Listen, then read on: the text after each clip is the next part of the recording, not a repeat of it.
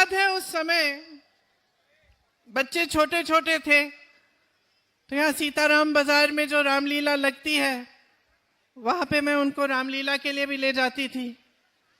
और खास वहां क्यों ले जाती थी? क्योंकि मेरी जो दादी जी इंदिरा जी थी वो हमको ले जाती थी जब हम छोटे थे।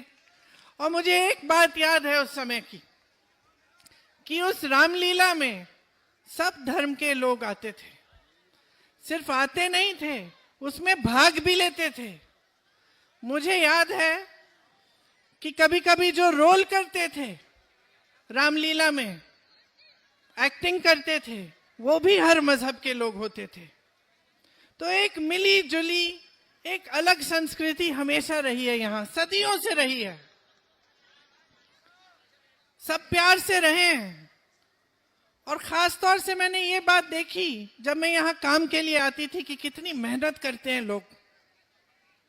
यहाँ की गलियों में जो छोटी छोटी दुकानें थी, जो अपना जुगाड़ करके अपनी मेहनत कर करके आगे बढ़ रहे थे, अपने बच्चों को पढ़ा रहे थे, अपना जीवन बनाने की कोशिश कर रहे थे।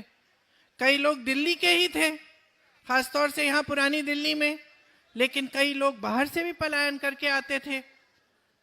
यूपी से खास तौर से लोग आते थे यहाँ, और यहाँ पर बस जाते थे।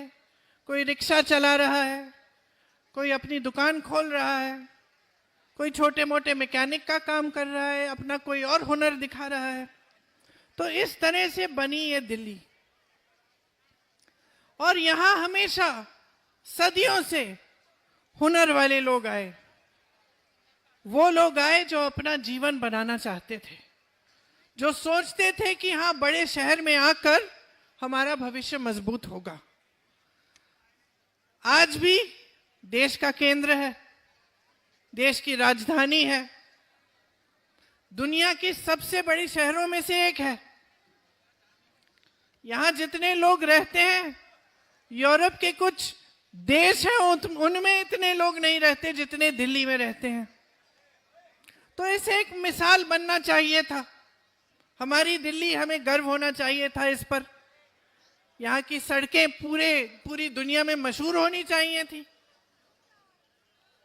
यहाँ की पाठशालाएं, यहाँ का जो इंफ्रास्ट्रक्चर है, पूरे देश को देखना चाहिए था कि भाई ये हमारी राजधानी है, इसको देखो, सबसे अच्छी राजधानी है। लेकिन जैसे समय चलता गया और अलग अलग तरह की राजनीति उभरती गई, वैसे हमने देखा कि विकास के काम, जो गरीब हैं, जो मुसीबत में हैं, जो मुश्किल में हैं, जो लोग गांव-गांव से, अलग प्रदेशों से, या यहीं दिल्ली के लोग अपना हुनर बनाने के लिए, उससे कुछ कमाने के लिए, अपने जीवन को मजबूत करने के लिए आते हैं, उनको कोई नहीं पूछ रहा है।